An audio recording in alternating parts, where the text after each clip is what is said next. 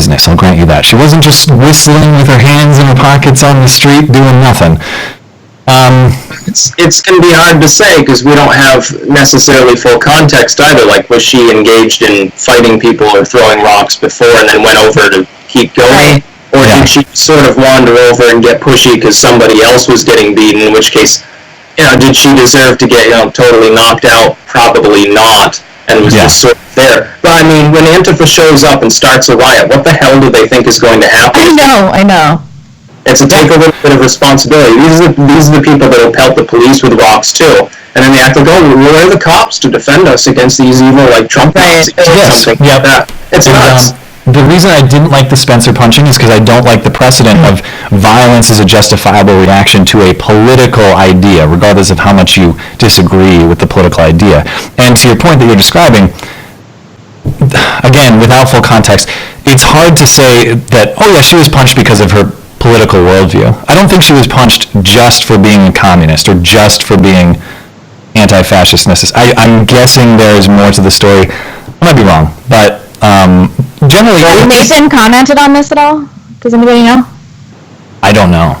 So you're saying it's this is Nathan D'Amigo. This is who did the punching? Yeah, it's definitely him. Yeah. Oh. But we don't know it's possible that they had some kind of interaction before. We don't know his side of the story, so. Well, when Spencer was punched, there wasn't any riot going on at the time. There were just protesters. This is a little bit of a different scenario anyway. Antifa was breaking stuff, but he wasn't breaking stuff. Yeah, but I mean, in the area around him, he wasn't sitting in the middle of a riot talking to reporters. Yeah. They were sort of in just a general protest, but this is a riot scene, so I'm not sure that we can really compare the events. Maybe the outcome. Right. The outcome, someone got punched, but the setting is, totally different, I think. So what you're saying is I can oppose the Spencer punching on principle, and I can laugh at this dreadlocked punching and not be a wild hypocrite. Do I have permission to do that? That's what I want to get. Well, I don't want to see some random person, even if they're in Antifa, get punched if they're not doing anything. But out of context, how were you supposed to know? I mean, Richard Spencer wasn't breaking windows at the time that he was punched. Right. He was talking about ethno-nationalism. It was just an interview, right? Yeah. Yeah, so it was just speech. Yeah. Another interesting development out of Berkeley is the continuation of the Based Stickman saga. So at the last Battle of Berkeley, which again is a monthly occurrence at this point, you remember Based Stickman fighting off the hordes of what seemed like Antifa zombies intent on invading the stage space or the speaking space that the people had there. Well, he was back, and actually, he was one of the organizers of this event. So they had a bunch of keynote speakers. Really? Was one. Kyle Chapman is his name, this Based Stick man. There were some others who were featured speakers of this event. So he was actually promoting this event on social media. So Based Stickman goes to this park in Berkeley on Monday to film a promo for his social media accounts. Say, hey, I'm speaking. We're doing a free speech rally in Berkeley on Saturday or whatever day it was. Come down and have fun or whatever else.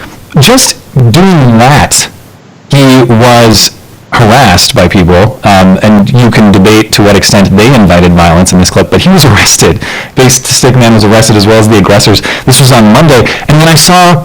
So, and I'm unclear, for sure I'll show the clip in a second, for sure he was arrested on Monday before this event, but then I saw another tweet from the event. This is from Kiara Robles, I think is her name, but she's the one who was pepper sprayed at the Miles. Oh, that's right. She had a tweet that was out yesterday that said, Based Stickman is getting arrested. Apparently self-defense is illegal in Berkeley. So I should have reached out to her to get clarification, but I don't know if this means he was arrested twice. I think he was, and then I saw that that We Search Our Charles Johnson, is that his name? And his organization, they crowdfunded $90,000 for his legal fees. Yeah, well, this is so this clip here is very telling to me because this is just him, as far as I can tell, showing up in the park in Berkeley to do a quick video shoot, and it doesn't appear to be an organized Antifa presence there to battle him. These are just people saying, get the hell out of here. This is I take this to be kind of indicative of just the political climate in Berkeley in general, but check this out. This is what happened to Based Stickman on Monday. Bitch ass out here with your scary ass. What you in your pockets for, huh? You gonna pull out a knife too? I don't want to see you around here again. I wish you could learn how to skate, bud. I'm better than how to skate. I just got out here. like my grandma. You scared her like my grandma. My grandma is better than you. Bitch! What's that? You don't want that! What's up? And that's all the context we get. Now, obviously, he throws the first punch, but there's some kind of, shit-talking that precedes it. Does he say, I skate better than your mama and your sister? Yeah. Is that what he said before he got punched in the face? It looks like just a bunch of, like, skating bro dudes. Yeah. With his presence or something. That one's confusing. I don't think that's political at all. Yeah, it's really weird. I wish there was more context to it so I could know. I mean, I don't know. I've never spoken to Kyle Chapman. I don't know what his demeanor is like. I don't know if would he just start talking shit to people for no reason? Or would they recognize him and go after him? I don't know how that originated. I'd be curious to know. I'm trying to think, maybe if these people were, like, skating, maybe they, like, wanted to set up the camera equipment in, like, an area that was in their way, just interrupted them and they got pissed. Who knows? Yeah, maybe they have no idea who he is. They just think he's some punk ass. The American flag is a very triggering symbol in Berkeley, California, I've come to realize. At this point, I mean, I think we talked about the California secession many times, but Berkeley, if you can't get on board for the full California secession, just, Berkeley can go to Cuba or something like that. We'll just let them have it. They can be revolutionaries. And we'll just stay out of Berkeley. The Bay is nice. I spent my time there. It's a nice little place. But look, if I have to let it go to not deal with this kind of crap, all right, fair trade. Yeah, you can have it. Don't care. But I don't care about California as a whole, and I'm from California. I'm like, you guys can have it. Cal likes it. That's really all I got on Berkeley, because like I said, I just don't think that there's that much new here necessarily. I think the most interesting thing to me was, here's a case where I have to look at another instance of political violence and see if I can stay consistent on my principles from last time. Even though, I can't deny that when I saw it, I chuckled the same way you did. So, in any case, if you guys are comfortable moving on, the next thing I got is probably a pretty short topic, because I don't think there's that much to discuss in this either. But this was the mother of all bombs was dropped. This was a surprise to me. Same way the Syrian airstrike kind of came out of nowhere for me. I look away from the news and then I look back. Oh, a 21,000-pound bomb or something. 21,600 pounds, 30 feet long, GPS guided, 1 mile blast radius. Dropped in eastern Afghanistan near the Pakistani border, targeted a network of underground tunnels that ISIS had been using to target Afghan government forces.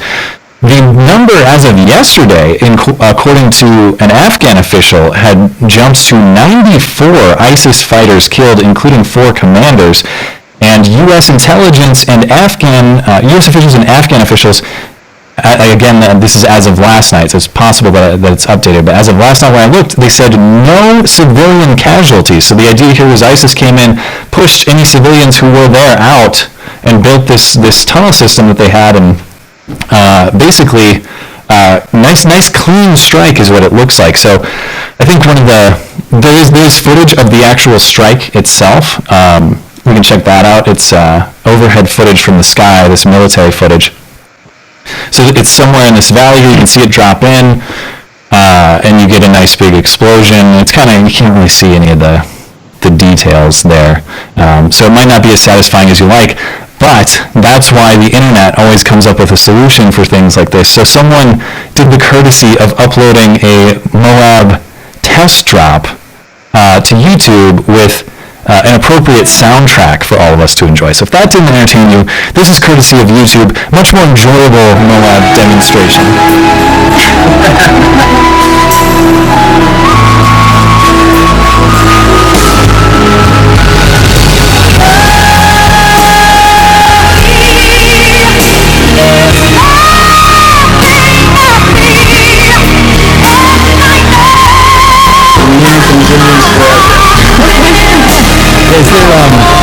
I don't think there's anything that song doesn't improve, including the movie Titanic, to be honest. Oh God. The one thing that was funny about this, I know I heard Styx talk about it a little bit. You seem to say, look, if it's killing ISIS, that's A-okay with me.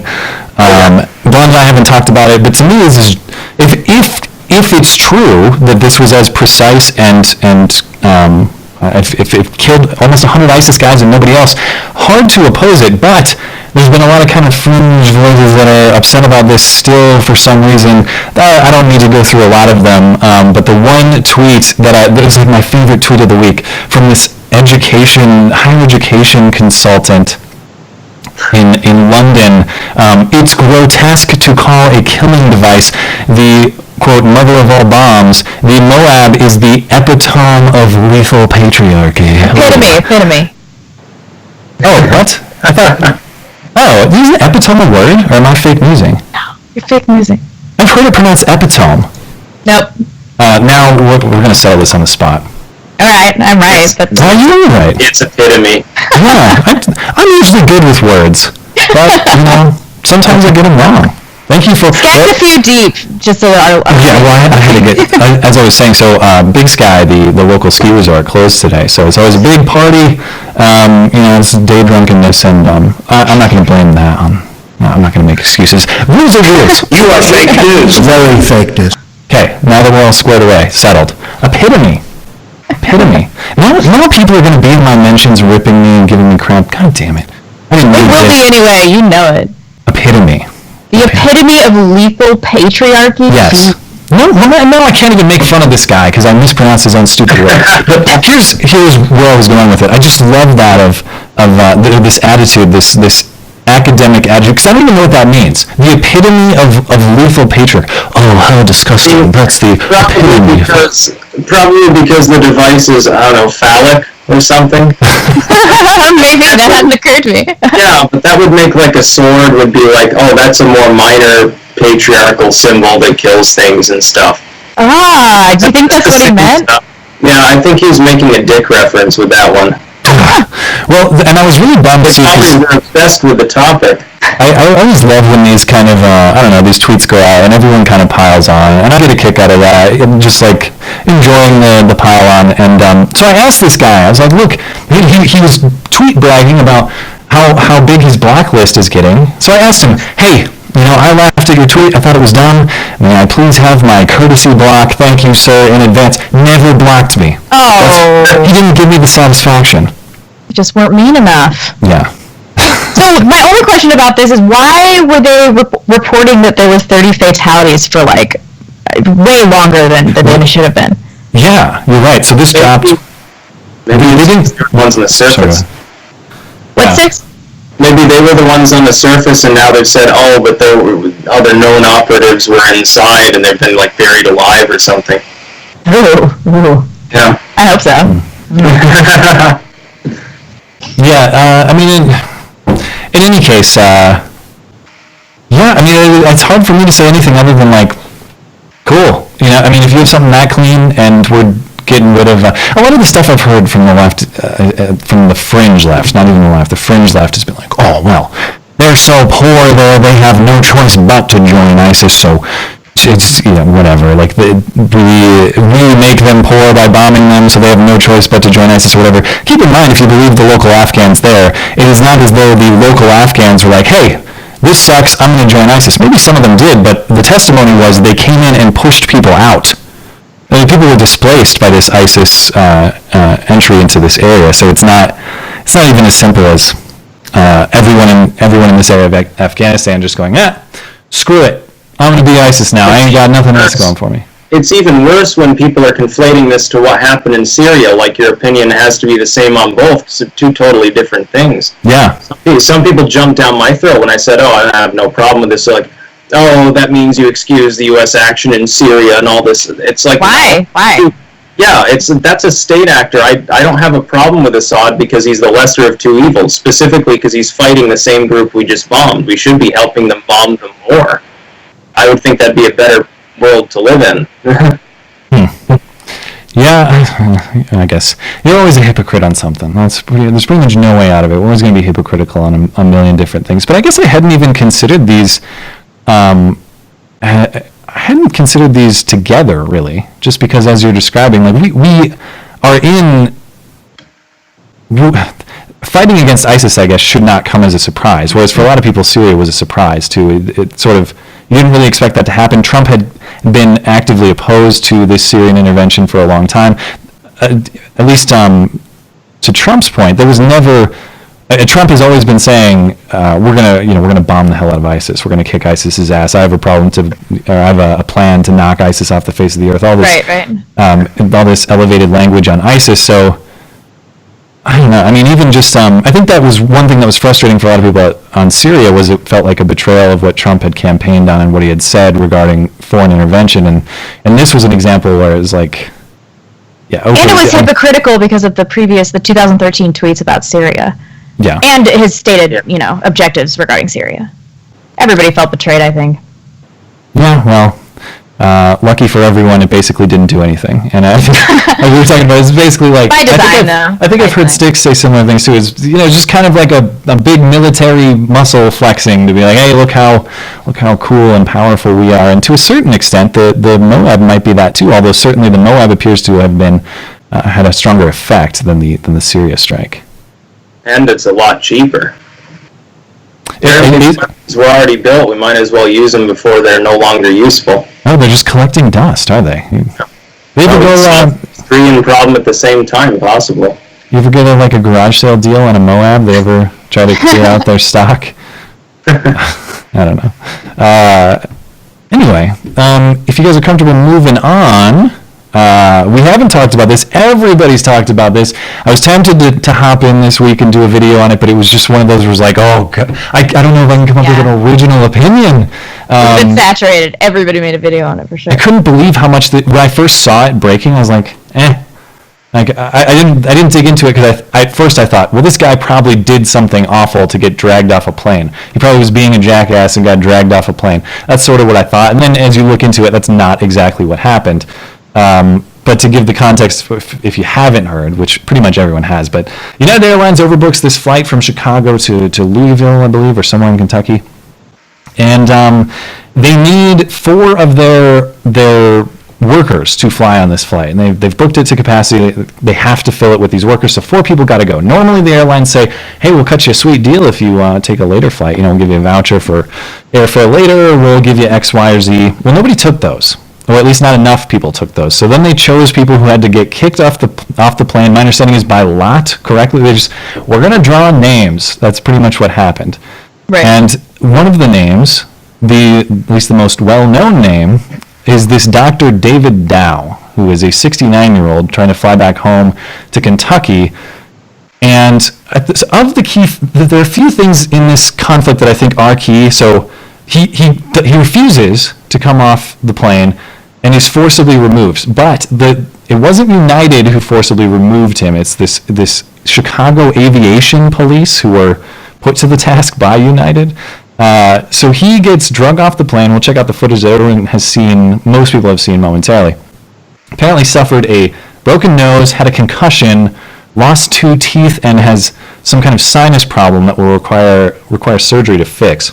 Jeez. The CEO then comes out, the United CEO, and at first, defends the airline and says Dow was being belligerent and kind of throws him under the bus.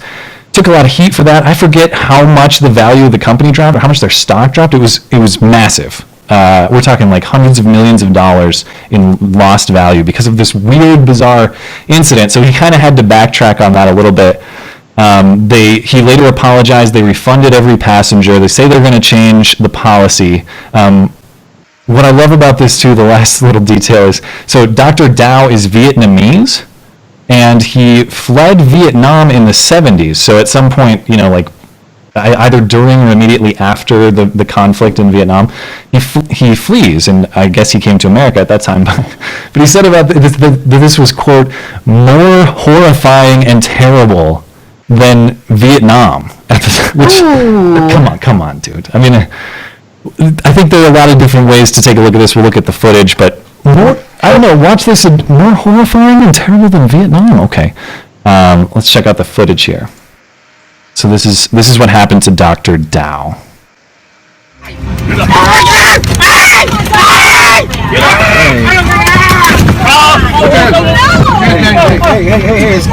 come on. It's not right. Can't the pilots drive to Lulu? Can't they rent a car for the pilots and have them drive? Oh my god! Oh my god! Oh my god! Guys, my God, what are you doing? No, this is wrong. Oh my God, look at what you're doing to him.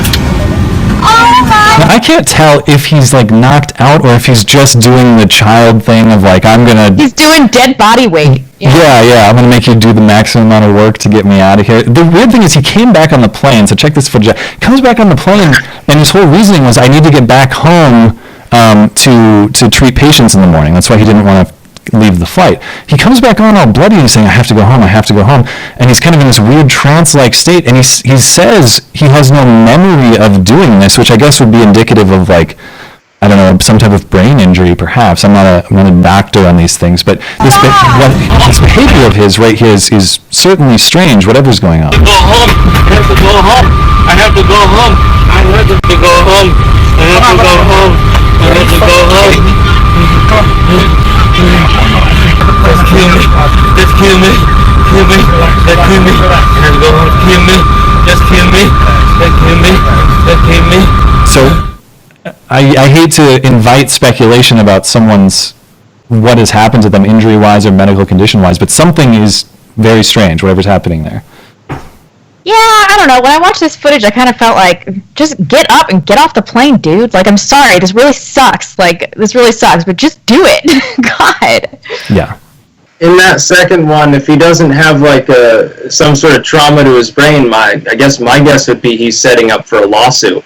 Because when he's recording, he can use that in court and say, oh, my head was bashed in so badly I had like brain damage. And if he's a doctor, he's like trained in medicine, he'd know what the symptoms were. He could replicate those perfectly. That is so he's not setting up to give them a grand slam and walk away with tens of millions, or I don't know, maybe just totally screwed up at the time.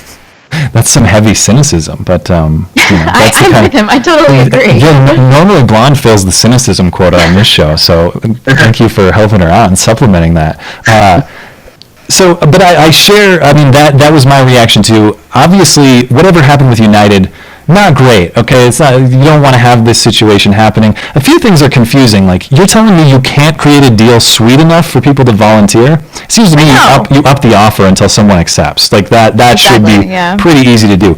But to the extent maybe their policy dictates otherwise and they're following their policy, maybe it's bad policy. I'm with you. Like, if that happened to me, maybe I'd be pissed. Maybe I'd be like, what the fuck? And maybe I'd get mad. Maybe I'd have some choice words. But he clearly resisted pretty heavily. I mean, he's screaming.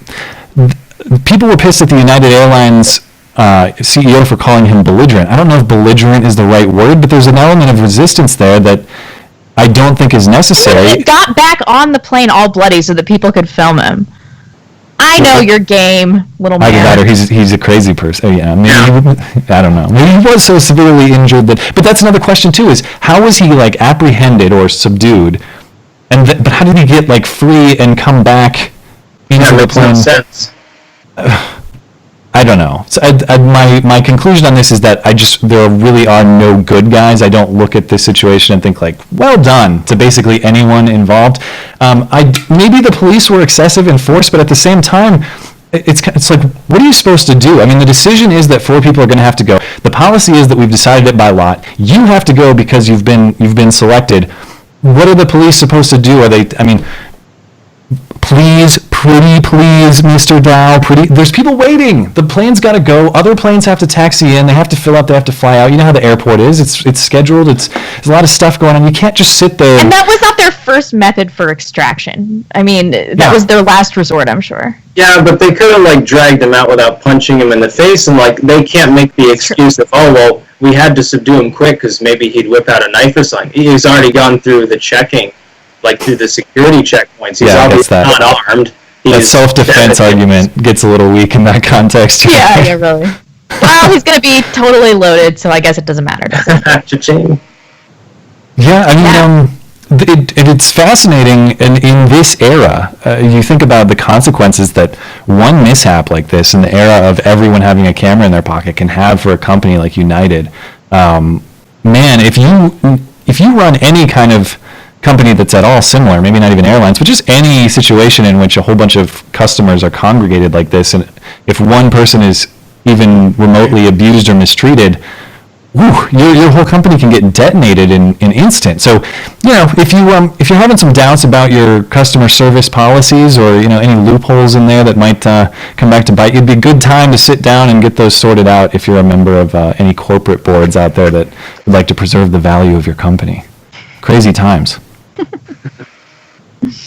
Well, I guess we should talk about this Sean Spicer thing. Yeah. So that was I put that soundbite in at the top of the show because I love this gaffe. Like, oh, it was so cringe. That was so hard to listen to. Oh, I feel bad for him. That job would be a fucking nightmare. Yes, I'm with you there. I do. To be clear, his job description is: you will defend Donald Trump to the end of the earth, and you will never yield an inch. No, thank you. Or how much money do you have? Let's put it that way. It's probably not enough. So he's, the context for this is it's his press conference on Tuesday, I think. He is told, he actually just volunteered this as far as I understand. He was talking about the Syria strikes. He says, Assad is so terrible. The leader, what's his title? Is he president of Syria? I don't know what his title is. Assad is so terrible. He's actually worse than Hitler because Hitler didn't even use chemical weapons. And then he's asked to clarify. He's like, I meant, he didn't use chemical weapons on his own people. Now, what he said, as you say, is it's a bad quote. But as is the classic script with all things Trump, there is a misspeak, and then there is a reaction that is way over the top and attributes a level of malice that is just entirely ridiculous. So what I have is Spicer's original quote. A reporter at the press conference asked him to clarify. He kind of almost digs himself deeper a little bit. But then I'm watching the news the next morning on the Today Show, and it's full of like, everyone says Spicer should be fired or must resign, and the reason isn't necessarily incompetence. I could maybe entertain that argument. The reason is, anti-Semite, hates the Jews. That's why he has to go. And then they say, and he did it during this week, the week of Passover. Oh yes, I'm sure he plotted this to just be as anti-Semitic as possible. Here is what Spicer said, as well as the coverage that I'm talking about.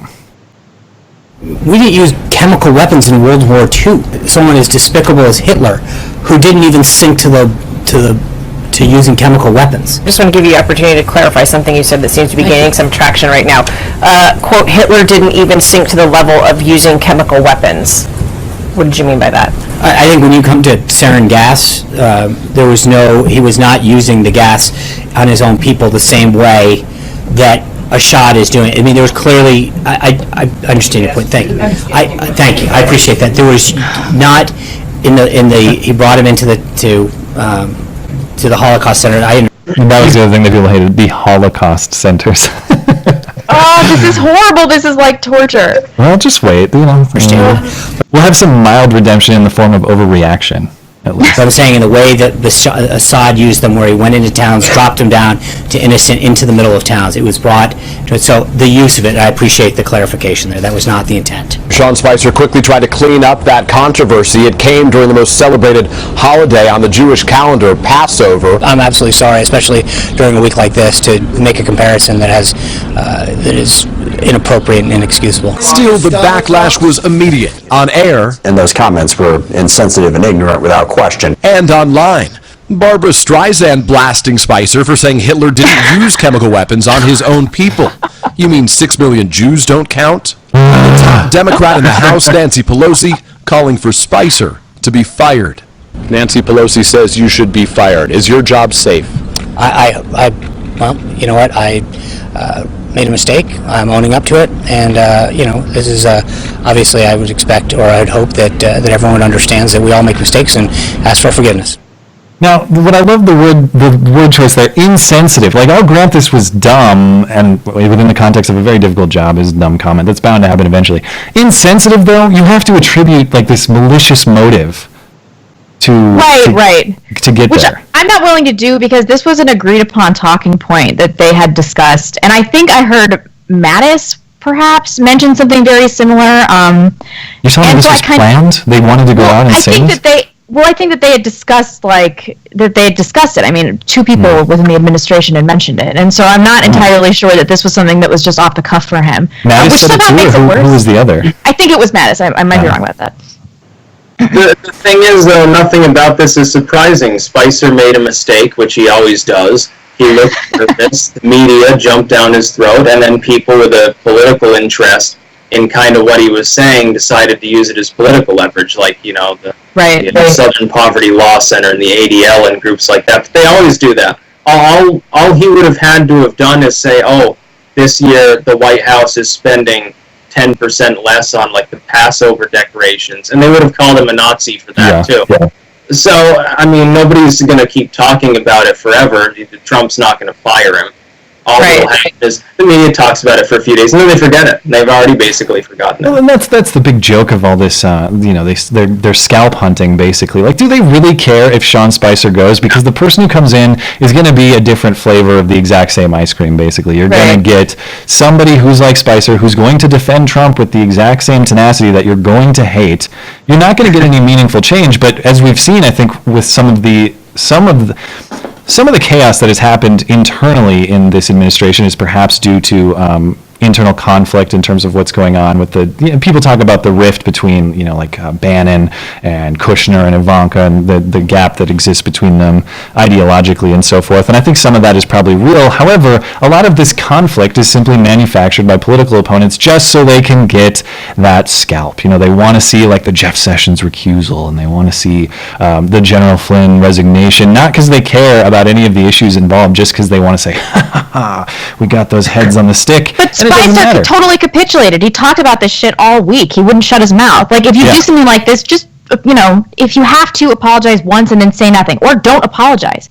What did he say? It was something really, really groveling, like, I sincerely apologize, or I ask for your forgiveness. Is that what he said? And he even granted the timing. He said something to the effect of, like, particularly during this time, as though it matters at all. But he's sort of got the sad dog approach, like he's the whipping boy of the administration. So if he sits there and says, oh, please don't destroy me, I apologize so severely, it's kind of going to, people say, like, oh, he's just incompetent, let him go. Yeah, he's dumb, but he wasn't being malicious. Like, would a malicious person grovel like that? It's actually like a propaganda strategy, because now the ADL and these groups won't breathe down his neck because they look mean.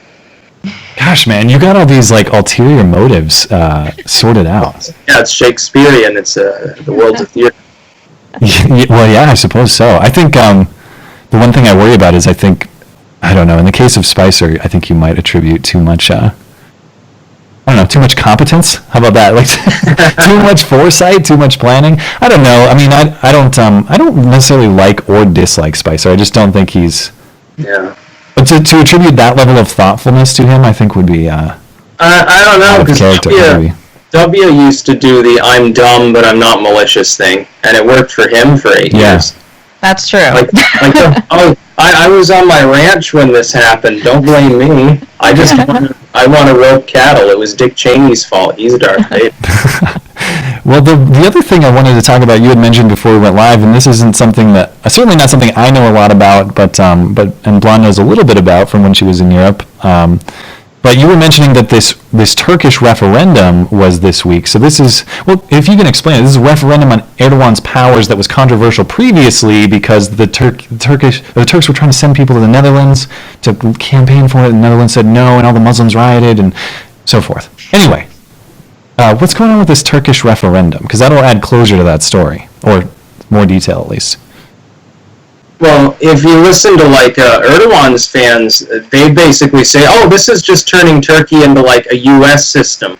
The last I checked, the president didn't have the right to unilaterally dissolve Congress and appoint just any bureau head who's been empowered with different legal powers at a whim without the consent of the legislature. To those people, if any of these people who commented on the last video I made are watching right now, this has nothing in common with the U.S. presidency. This is a dictator, or at least a dictator-like.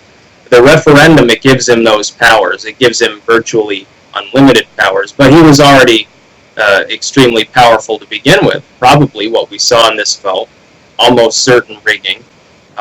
It probably was not fair. Let's just put it that way. I highly doubt that he actually has that many fans in Turkey, and I think he's leading this country in a very dark direction. Even even beyond his dictatorial powers, which are, I don't know a lot about what's going on there, but I could grant the premise that seems worrisome. But from what I have seen, some of the rhetoric coming out of him, just in terms of like, just after the Dutch said, like, your people can't come here and do political lobbying for this referendum that's going on in your country, he said things like, you're the remnants of Nazis or something like that. And he said all this weird kind of like, all this language of, we're going to send people in to basically populate Europe and Islamize it. Yeah, weaponizing migrants. Yeah, exactly. And how soon people forget after that one incident with the Turkish, I think it was a couple of Turkish fighters and like a Russian jet that got fired at. Yeah. He was openly threatening the Russians. This is not a sane man that's leading the nation of Turkey. And again, how soon people forget that. These Erdogan fans are saying, oh, well, Russia's better than Europe and the US, you're all bullies and stuff. He was openly threatening Russia not that long ago. He probably just wanted to secure their backing so he could become a dictator, because he figures, hey, it's a little less safe, a little less wealthy, but I can do whatever I want. That's way better than just being a European power and a NATO member. I mean, will he even want to stay in NATO is a big question. Yeah. Do you know, does this take effect immediately, or is there some kind of buffer period, or what's the status? So this passes, and when does he become super Erdogan, basically? I'm not sure myself. Although I guess, if you're going to grant him a bunch of powers, is it necessary to wait? Who knows? I don't know. Yeah, and then some of his fans were saying, oh, well, this isn't a dictatorship, this is democracy, we held a vote. Yeah, but it's a democratic vote to decide whether you're going to have a dictator and scrap democracy. That's right. Yeah. Yeah, well, in any case, it's probably, for what is already appears to be a tense relationship, or at least at some level a tense relationship between Europe and Turkey, it's probably not it's probably not a good thing for that. There's the conflict between, we're talking about this last time we were talking about the Netherlands and Turkey. The conflict is like especially strong because of the ties between the Netherlands and Turkey. They have some sort of special relationship that's especially long. But in any case, I will. So what's the incentive for the Turkish populace to go along with this? Like, how is he posing this as some kind of benefit to the people? Well, one of the commenters indicated, oh, life has gotten so much better under Erdogan in some of these like outlying regions, I guess places that were kind of undeveloped, with like roads and industry and sewage and stuff. Well, that's an important point to make, because he ingratiates himself to these populations and says, oh, but I'm fettered. I can't do anything more for you unless I have more power, because all these other corrupt people, they're keeping you, a little bit more backwards. Give me more power and I'll make your lives better. And that's how it almost always seems to begin in these situations. It happens time and time again. Nobody learns their lesson. Oh, God. What will it look like in 10 years? Yeah, like I said, it's good you got your European timing when you did. Remember when Europe was Europe, man? Those were the days. It was looking pretty rough. I don't know. I don't need to be apocalyptic about it, especially considering I don't have any level of expertise. I'm just the guy that looks at it from afar and says, looks like a lot of this migrant stuff is not working out very well. It's not. Yeah. In any case, we asked Styx for an hour, and we're coming up on that hour. So I do have one other item. And Blonde, did we get any? I want to make sure Super Chat people get credited. We did. I've got a list. It's Avalock, Yoda Economics, Biggest Mikey, Wesley Paul, somebody that's just MY, The Auklet, Raphael Miller, and Scrollies. Thank you all for your Super Chat donations. Yeah, we got a lot of money in Super Chats. Thank you, guys. We appreciate it. Yeah, I mean, Patreon. We heard about the ad revenue thing earlier, but as Styx was saying, crowdfunding is the way to keep this stuff sustainable. So that all that stuff, man, the Patreon and the Super Chat and stuff, that keeps this show happening, and it's a source of stability for us. So anyone who chooses to part with a couple bucks to support this show, eternally grateful, because believe it or not, this is a dream for Blonde and I. It may not seem like it, and we may not dream big, but we have our little show. The other thing about this show, of course, is that it is a show, I should say, of integrity, of course. And when I get things wrong, I fake news myself. So last week, you'll recall, Blonde, I said what was I talking about? Something about how, social justice, people of the social justice persuasion, the social justice warriors. I name dropped Anita Sarkeesian. I said, show me the video where any of them, or Anita Sarkeesian specifically, say, hey, this is good enough. I like this thing. And I was of course speaking hyperbolically, but in my Twitter mentions, I got a few examples. Here's one feminist frequency video from 2015. This is Anita Sarkeesian, quick clip. The hero of the 2011 pixelated adventure game Sword and Sorcery is a brave adventurer known only as the Scythian. Sword and Sorcery gives us a female protagonist and encourages us to see her as a hero first and foremost, one who also just happens to be a woman. So, rules are rules. I am fake news. Anita Sarkeesian Very fake news. is sometimes satisfied. I stand corrected, and I appreciate everyone who tells me I'm wrong when I say Anita doesn't like anything ever. As always, you're welcome on the show, Anita. By the way, I wasn't going to get into this. Also, what's her name? Franny. Franny, you're welcome on the show. So I made the video about Decoded last week, and Francesca Ramsey, went on this bizarre Twitter rant about me, calling me a liar, and then this and that and that. I'm not a liar. And she's welcome on the show to discuss in good faith anytime. Ooh, that would be so great. It's not going to happen. Oh, by the way, one thing before we close out, too. The results were in. It was about 60-40 to have River Gibbs on the show. Styx to clue you in. This was a very bizarre person who made a response video to Blonde that is just, it is meme level cringe, it is unbelievable level cringe, and she didn't want to have him on the show, and I did, so we put it up to the audience for a vote to decide if we're going to host this person to discuss. And about 60-40, so I will reach out to Mr. River Gibbs this week. Fine, whatever, fine. We'll see if we can get this person on, for people who are curious about the closure to that. That little twink gets 10 minutes. 10 minutes. If nothing else, he gave us amazing sound bites. I put that in at the start of the show tonight. Newsflash, bimbo! I'm saving that forever. Oh my god. In any case, we're boring Styx to death, but I do appreciate Styx for coming on the show, man. Like I said, our audience I know loves you, and I hope we can have you back sometime soon. And I look forward to keeping up with your stuff and enjoying your insights and your analysis and all the good stuff you've been putting on YouTube for quite some time. Yeah, I'd be willing to come back anytime. It was a pleasure. Ooh, now you're on the record. I don't know if you wanted to do that. Because we might hold you to that. In any case, that is our guest. That's Styxhexenhammer666. You can find his channel linked atop the description. His Twitter is there as well. If you do get in touch with Styx, tell him we sent you. Let him know. And make sure you support his stuff because he's a great guy. And anyway, to our live chatters, especially our super chatters, thank you as well for supporting the show. Really appreciate it. Keeping us honest, shit posting away, making the show more fun for the live viewers. If you're listening on YouTube or on an audio platform on demand, thank you kindly as well for supporting the show. You can get more of the show on the audio platforms. So iTunes, Google Play, anywhere you find your podcasts. You can find us. It's all linked in the description for you. And you can email us, beautyandthebeta@gmail.com. We take your anger, we take your complaints, we take your corrections, we take your abuse, as well as your praise. We appreciate the praise as well. That's beautyandthebeta@gmail.com. We'll be back next Sunday, because if it's Sunday, sorry Chuck Todd, it's not Meet the Press. It's Beauty and the Beta. We'll see you then.